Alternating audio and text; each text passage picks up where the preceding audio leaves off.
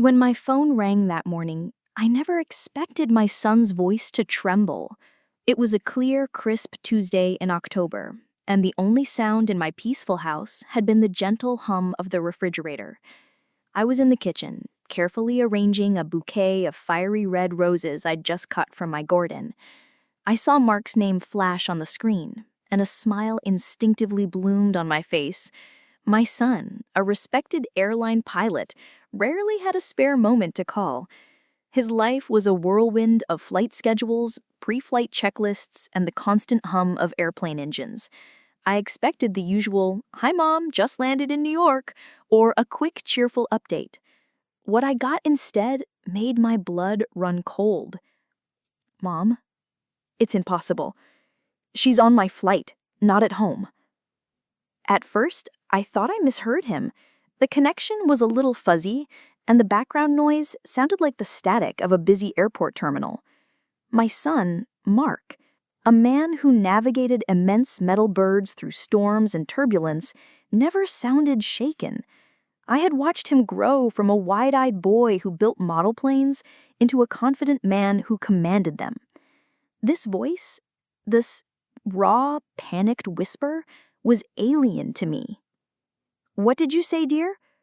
Who is on your flight?" I asked, my heart thudding a slow, heavy rhythm against my ribs. My hands, which had been so steady a moment ago, now trembled, making the rose stems prickle my fingers. There was a long silence, a pregnant pause filled with the muffled sounds of people chattering and a distant boarding announcement. It was the silence of a man struggling to comprehend something that defied all logic.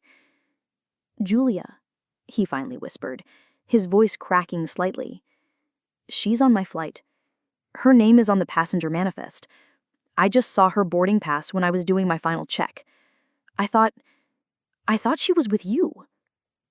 I felt a sudden, sharp chill, a cold draft that had nothing to do with the autumn air seeping in from the open window.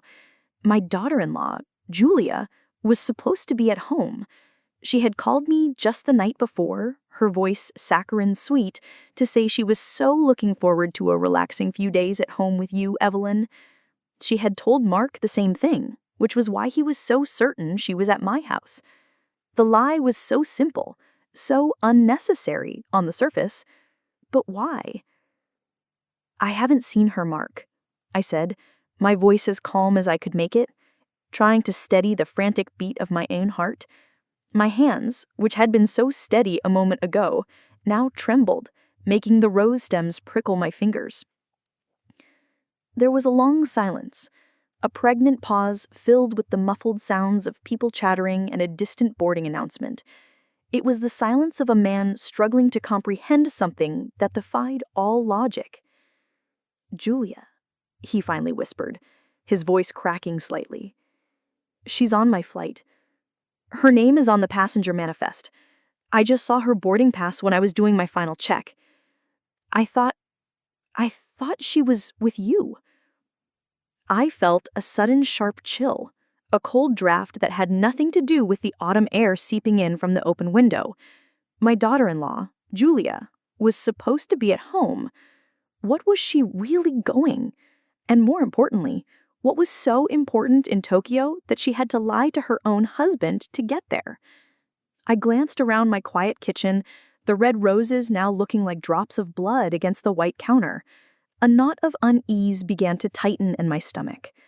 At first, it was just the sting of a harmless fib, the kind of small lie people tell to get some space. But as I thought about it, a darker possibility began to unfold. Julia had always been a master of appearances. She was charming, polished, and always said the right thing. But over the past few years, I had seen a different side of her, a subtle coldness, a quiet manipulation that had created a chasm between my son and I.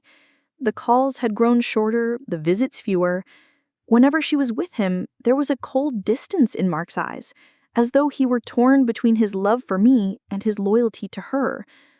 And now this. The lie felt like a tiny fissure in a dam, a small crack that hinted at a much larger, more dangerous force waiting to break through. My son's trembling voice on the other end of the line was the first sign. The world I knew, the one where my son and his wife were a happy, normal family, was starting to show its cracks. The foundation, I was beginning to fear, was never as stable as I had once believed. The fragile trust I had left in my own family had just been shattered by a simple, impossible truth. My daughter-in-law was on a flight halfway across the world, and she had lied to both of us about where she was going. My name is Evelyn Carter. I'm 64 years old, a retired nurse, and a widow. My life was once ordinary, a quiet rhythm of small joys and predictable routines. Mornings were spent tending my roses, their petals a vibrant splash of color against the white picket fence that bordered my lawn. Afternoons were for knitting or reading, my glasses perched on the end of my nose as I lost myself in the pages of a new book.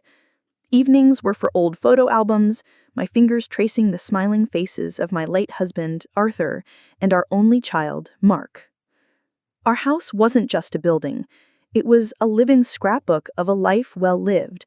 This was the house where Arthur and I first brought Mark back from the hospital, where he took his first wobbly steps, and where we celebrated every birthday with a cake and a song. The living room held the ghost of Arthur's laugh, and the kitchen still seemed to faintly smell of his favorite Sunday roast.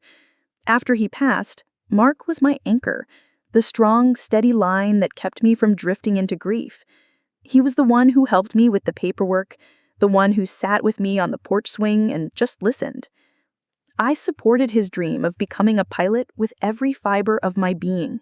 It wasn't an easy path. The flight school tuition was astronomical, and the living expenses in the city where he trained were a constant strain. But Arthur and I had always believed in Mark. We wanted him to reach for the sky, quite literally. To help him, I took extra shifts at the hospital, and a few years after Arthur's passing, I made a difficult decision. I sold our vacation cabin, a cozy log retreat we had planned to retire to. It was a place full of memories of family vacations and quiet weekends, but the money it brought in was enough to cover Mark's final year of flight school and his initial training. I thought my sacrifices meant he would always be close to me, a bond of love and shared struggle that no one could ever break. But then he married Julia. She swept into his life like a whirlwind, all sharp angles and blinding charm. Julia was beautiful in an intimidating magazine cover way, with sleek blonde hair and a smile that never quite reached her eyes. On the surface, she was perfect. She spoke with a practiced elegance, asked all the right questions about my health and my roses, and even brought a bottle of expensive wine to our first dinner. Mark was utterly smitten. He saw her as the sophisticated, confident woman who would be by his side as he climbed the ranks in the airline industry. I, however, noticed the subtle changes almost immediately. They started small, almost imperceptible. Phone calls that used to last an hour grew shorter, barely lasting 5 minutes. He'd call to say he was busy and couldn't talk, a new habit I'd never seen before. Visits became rarer, often canceled at the last minute with a vague excuse about a scheduling conflict. When they did visit, the old, easy warmth was gone. Julia would take over the conversation, subtly steering it away from Mark's past and our shared memories. She'd compliment the house, but with a critical eye, pointing out how much work it must be to maintain. Whenever she came along, there was a cold distance in Mark's eyes, a look I couldn't quite place. It was a flicker of something guarded, as though he were torn between his love for me and a new, more demanding loyalty to her. I tried to dismiss it as the normal growing pains of a new marriage. After all, a son's first priority shifts from his mother to his wife. I told myself it was natural, but deep down, a quiet, insistent voice whispered that this was different. This wasn't just a shift. It was a slow, deliberate separation. A single thin thread being pulled tight, threatening to snap the bond between my son and me. The life that was once so predictable was becoming a strange new reality, and I was beginning to feel like a stranger in my own family.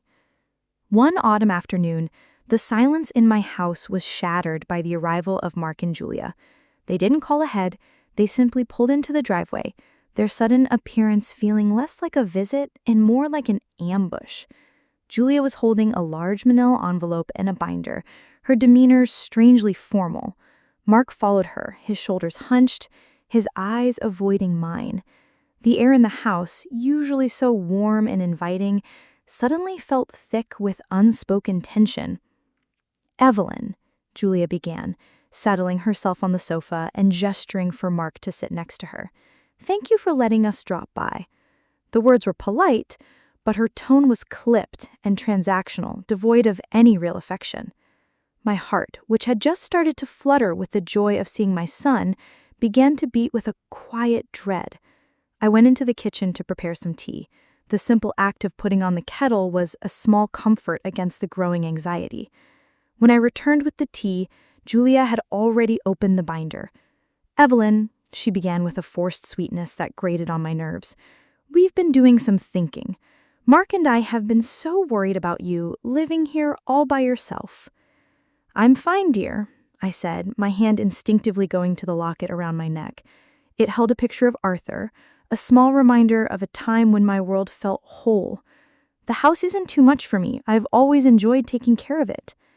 Julia's smile didn't waver, but her eyes, cold and calculating, didn't believe a word I said.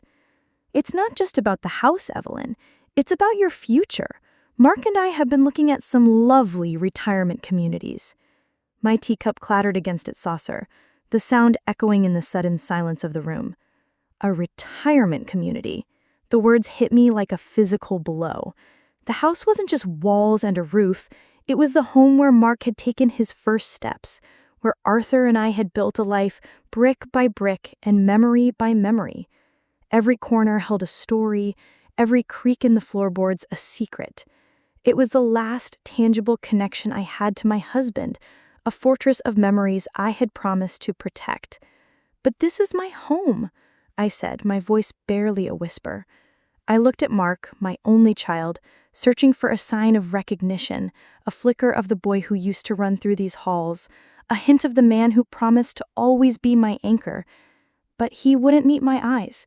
He was staring at the floor, his jaw set in a hard line. He stayed silent. His silence, more than anything Julia could say, was the true betrayal. Julia, seizing on the moment, slid the binder across the coffee table.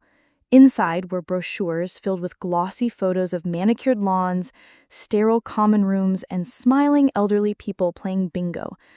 "Look, Evelyn, this one has a swimming pool, and this one has a full-time nurse on staff, for your convenience." The implication hung in the air. I was old, I was frail, I was a burden. The same house that had once felt like a loving embrace now felt like a cage they were trying to pry me out of. I felt humiliated. All the sacrifices I had made for Mark, the long hospital shifts, the sale of our cabin, they suddenly felt hollow and foolish. I had given everything for my son, and now, when I needed his support, he was silent. I stood up, the movement slow and deliberate, my dignity a shield against the pain. I said, "The answer is no. This is my home. It will remain my home." Julia's smile finally vanished. A shadow of irritation crossed her face. "Evelyn, we're not asking. This is a conversation about what's best for you." The next few days were a blur of polite aggression. Julia and Mark brought in real estate agents to assess the property, as if my refusal was a temporary obstacle rather than a final decision. They spoke in hushed tones, using words like market value and downsizing, reducing my life and my memories to a series of cold financial terms. Mark remained a ghost in the negotiations, present but silent, a puppet to his wife's will. That night, I didn't tend to my roses or look at my photo albums. I walked through the quiet house, touching the walls, the worn wood of the staircase, the faded wallpaper in Mark's old room. I cried into the same quilt my husband and I had stitched together decades ago, the threadbare fabric, a testament to a love that once felt so strong. I felt invisible, powerless, betrayed. I was a stranger in my own home, a character in a story that was being written for me, and I had no say in how it would end. But fate has strange ways of revealing truths. In the days following the real estate agent's visit, I felt a deep, profound emptiness. I walked through the house, feeling like a ghost haunting my own life. I spent hours in Arthur's old study, a room I hadn't entered since his passing, unable to face the silence where his laughter used to be. One afternoon, while aimlessly sorting through his mahogany desk, I ran my hand along the smooth wood and felt a subtle imperfection. A small, almost invisible crack in the paneling gave way to a tiny button. I pressed it, and with a soft click, a locked drawer I had never noticed before slid open. Inside, nestled beneath a layer of old letters, was a worn leather folder marked in Arthur's neat, familiar handwriting. In case of emergency. My hands shook as I reached for it. The memories of his quiet strength, his unwavering support, flooded back. Inside the folder were documents I could barely comprehend, deeds to multiple properties I had no idea he owned, stock certificates in various companies, bank statements for hidden accounts that held staggering sums of money, a fortune he had quietly and methodically built for years without a word. I stared at the numbers, my mind reeling. My husband, the gentle, kind man who loved fixing things around the house and tending to his own small vegetable garden, had been a financial genius in secret. The house Julia coveted, the one she considered my only asset, was a grain of sand in a desert of wealth. But what truly froze me was a letter addressed to me, a single page of his elegant, slanted handwriting. "My dearest Evelyn," it began. "If you are reading this, it means you have found yourself in a situation where you feel your security, your dignity is threatened. I made these investments not for power or status, but for one reason, to protect you. My love, I know how pure your heart is, and I know others may not have the same intentions. If anyone, even Mark, ever tries to take what is yours, know this, you are stronger than you think. These assets are yours alone, and they are in your name. They cannot be touched. And one more thing, the airline your son works for, I hold shares, enough to influence decisions should you ever need to." I gasped, a small, breathless sound in the quiet room. Julia thought she was outsmarting me, a frail, confused widow who didn't understand real estate or the value of her own home. She had no idea that my husband, with a love and foresight I was only now beginning to grasp, had built a fortress of wealth around me. I felt the tears, not of pain, but of a quiet, fierce relief streaming down my face. My husband hadn't just loved me, he had protected me, even from beyond the grave. The house was the least of my possessions, a mere pawn in a game Julia thought she was winning. I folded the letter, tucked the folder back into the drawer, and closed it with a silent click. I said nothing, not to Mark, not to Julia. I was no longer a victim. I was a quiet observer watching the game unfold, because I had a plan now. The very next morning, the day after my discovery, Mark called me from the cockpit. The previous day felt like a different lifetime. My emotions had been a tangled mess of despair and grief, but now a quiet resolve had settled over me. Mark's voice, which had trembled with confusion just days before, still held a hint of that shock. "Mom," he said, the sound of the engines a faint hum in the background, "I need to ask you something again, just to be sure. Are you at home right now?" I glanced at my reflection in the kitchen window, a woman who looked the same on the outside, but felt completely different on the inside. Of course, I replied, my confusion now laced with a new kind of suspicion. I'm in the kitchen, making my morning tea. Why do you ask? There was a long silence, longer than the one from his first call. I could almost hear his mind working, piecing together the impossible. Then he whispered, "Impossible. Julia is on my flight. I'm looking at her right now, talking to a flight attendant in the galley. She told me she was staying with you." My blood ran cold. The quiet rage I had felt toward Julia intensified into a cold, hard certainty. I knew she had lied, but why? The house transfer papers in the manila envelope she carried came to mind. My husband's hidden fortune, the letter, my new knowledge. It all connected. She had gone to great lengths to deceive us. But what was the true purpose of this trip? "I can't believe this, Mom. I'm so sorry." Mark's voice was filled with a new kind of pain, not just confusion, but a dawning realization of his wife's deceit. "She told me she was going to spend time with you, that you needed company. I believed her." "Don't apologize, Mark," I said.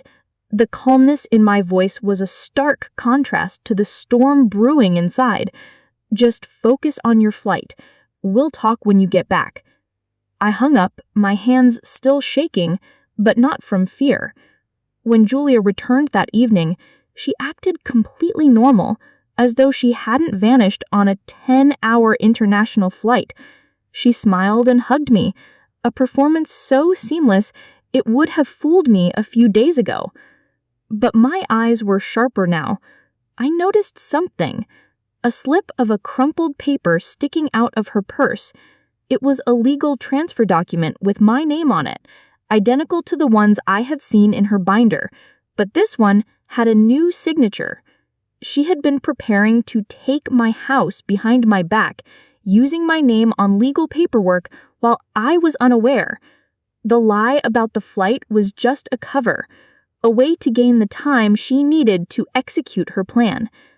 I said nothing, waiting, watching, because I had a plan now. 2 days later, Mark returned from his flight. The moment he walked through my door, I saw a profound change in him. The cold distance was gone, replaced by a deep-seated suspicion and a quiet hurt. He barely looked at Julia.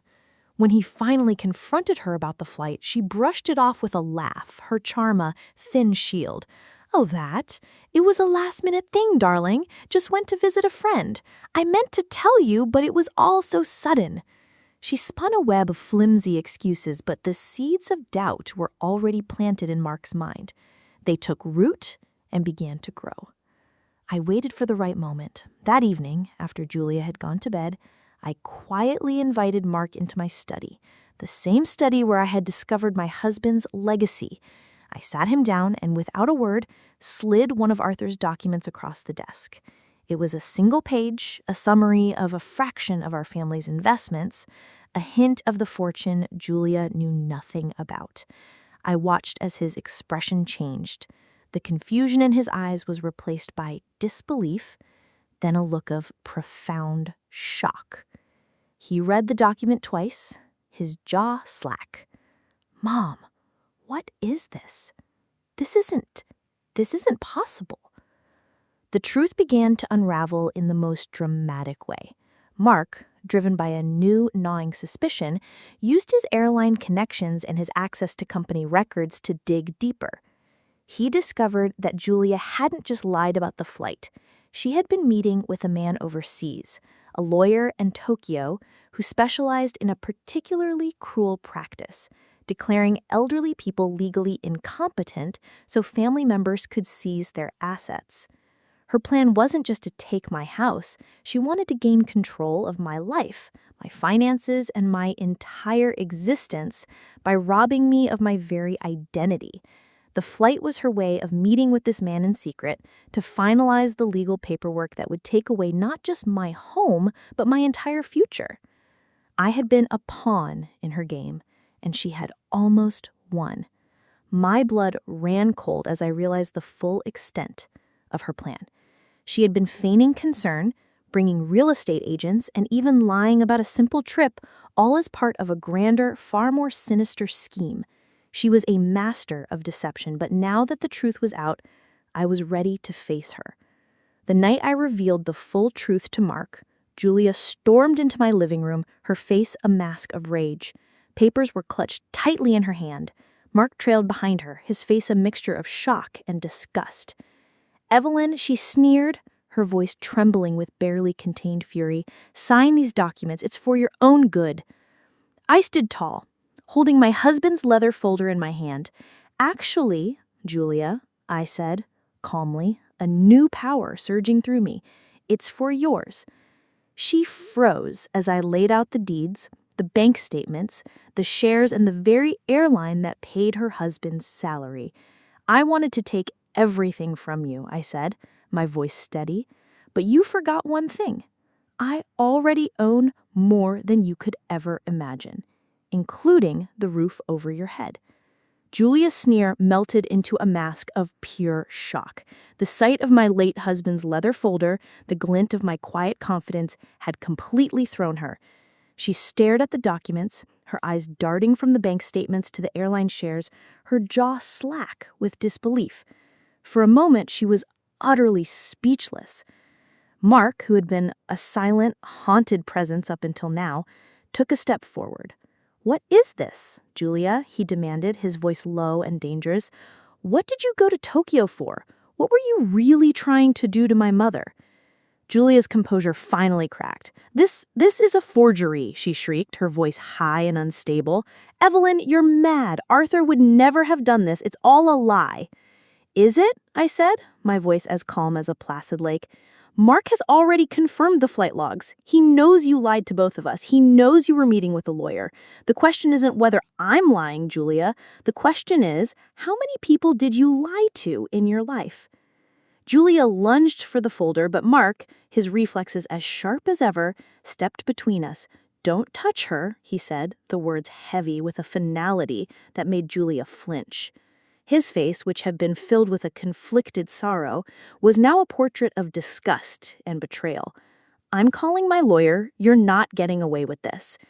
The showdown was short-lived but explosive. Julia, realizing that she had been outmaneuvered, spun on her heel and stormed out of the house, a whirlwind of impotent rage. I heard the tires of her car screeching as she peeled out of the driveway, a sound that felt like the slamming of a final door. Julia wasn't finished. A few weeks later, my lawyer called me to inform me that Julia had filed a lawsuit claiming I was mentally incompetent and that I had coerced Mark to leave her. The case was brought to court, and the courtroom felt like a theatrical set for my humiliation. Julia's lawyer, a slick, aggressive man named Dave, painted me as a manipulative, bitter old woman who had poisoned her son's mind against his loving wife. "Look at her," he said, pointing a finger at me, "a frail widow, confused and alone, being used by her own son to acquire property.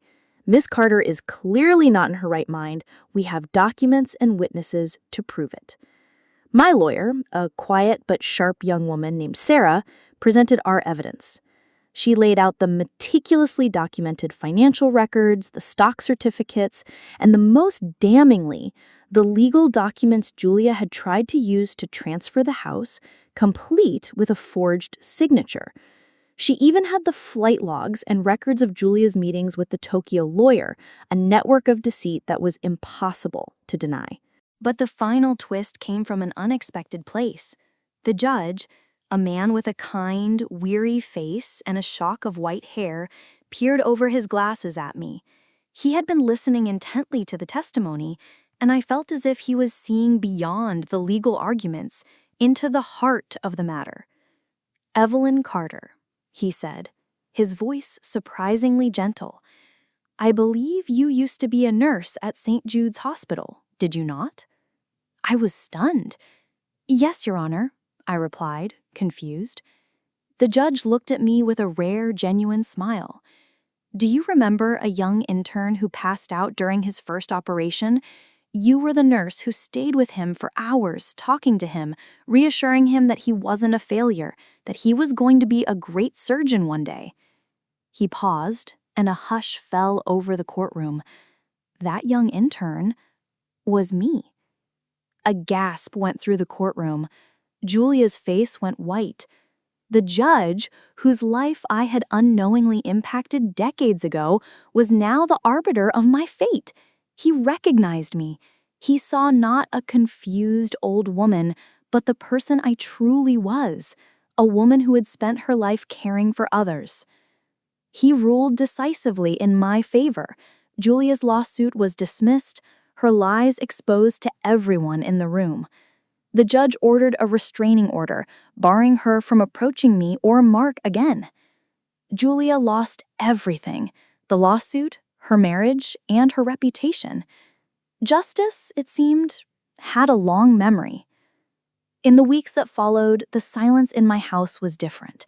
It was no longer the oppressive silence of loneliness, but the quiet, comforting sound of peace. The roses in my garden bloomed with a new brilliance. The house, which had once felt like a cage, was a sanctuary once more. Julia was gone from our lives. Mark, his eyes full of regret and sorrow, came home. He walked through the house, touching the walls and the furniture, as if seeing them for the first time. I didn't know what to say. The betrayal had left a wound, but it was a wound I knew only time and a true apology could heal. "Mom," he whispered one evening, his voice trembling just as it had on the phone from the cockpit, "I failed you. I was so blind. I let her turn me against you, the one person who always loved me, who sacrificed everything for me. But if you'll let me, I want to make it right." I let him stay. It wasn't because I'd forgotten the betrayal. It was because I believed in the lesson my husband had left me. Power is not for revenge, but for protection and teaching. I had used my newfound power to protect myself and my family, but now it was time to use it to teach my son a lesson in loyalty and forgiveness. We didn't talk about it much. We just sat on the porch swing, just as we used to, and watched the sunset. Months later, Mark had fully severed ties with Julia. He helped me tend to my garden, and we went through old photo albums, this time with a new, quiet understanding. I had faced betrayal, uncovered secrets, and taken back my dignity, and in the process, I had regained my son. Years passed. The pain of Julia's betrayal faded into a distant memory, a dark chapter in a long and rich story. Mark, now remarried to a kind and gentle woman, had a daughter of his own, a little girl with my eyes and my love for roses. The house was once again filled with the sounds of a child's laughter. Using a portion of the fortune Arthur had left me, I established a foundation. It was small at first, but it grew into something powerful. We called it the Evelyn Carter Foundation for Elder Protection. It was dedicated to helping elderly women who faced similar forms of financial or emotional abuse from family members. We provided legal assistance, financial counseling, and, most importantly, a safe space to share their stories and regain their dignity. My foundation flourished, helping dozens of women find their footing, their voices, and their freedom. I realized that my pain was not a burden. It was a gift. It was transformed into a purpose. My husband had given me the means to protect myself, and now I could use those means to protect others. Every time I hear Mark's voice over the intercom before a flight, my heart swells with pride. He is no longer the confused young man caught between two loves, but a man who learned the most important lesson of his life: loyalty to family. I had faced the darkness, but I was not defeated. I had been tested, but I had prevailed.